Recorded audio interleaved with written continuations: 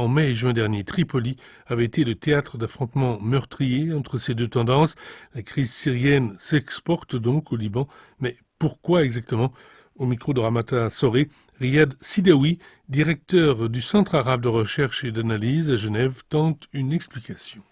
Ce n'est pas un phénomène nouveau. Le Liban a connu, depuis sa création, les conflits ethniques. Les conflits entre chrétiens et musulmans, puis entre chrétiens et chrétiens, puis entre musulmans chiites et musulmans sunnites. Le conflit ethnique est souvent un conflit latent. Ça veut dire qu'il est explosif à n'importe quel moment dès que les éléments extérieurs sont favorables. Il faut les déclencher, les alimenter de l'extérieur, il faut que l'argent coule, il faut que des ordres viennent de l'extérieur afin que les frères, les citoyens se bagarrent entre eux pour le sol de l'extérieur. Et ça, c'est le grand problème du Liban. Depuis sa création, le Liban a connu ce phénomène, c'est que le nationalisme libanais n'était jamais forgé, soudé. Donc, c'est un pays fragile, très traversé par les influences de l'extérieur. En fait, qu'est-ce qu'un alawite? Pourquoi est-ce maintenant que l'on parle d'alawite? Le chiisme est composé de deux parties, le chiisme duodécimain qu'on trouve en Iran et en Irak notamment, et le chiisme ismaélien, et qui se compose des alaouites, des druzes. Les alaouites, une minorité en Syrie qui représente 10% de la population. Ils étaient des officiers de l'armée syrienne dès sa création, encouragés même par le colonisateur français afin de soutenir une minorité contre une minorité sunnite. Ils ont eu le pouvoir grâce au père Hafez al-Assad jusqu'à nos jours. Pourquoi cet affrontement-là alors entre sunnites et alaouites au niveau du Liban? Puisque les noyaux durs du régime syrien sont des alaouites et le noyau dur des rebelles sont des sunnites, ce conflit au sein de la Syrie aussi se reflète au Liban entre les pro-syriens, qui sont les alaouites évidemment, et les sunnites anti-syriens. À leur tête,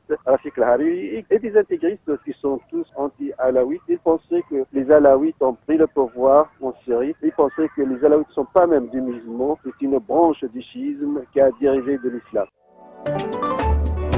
Deutsche Welle, à Douala et partout au Cameroun sur Suite FM 88.7.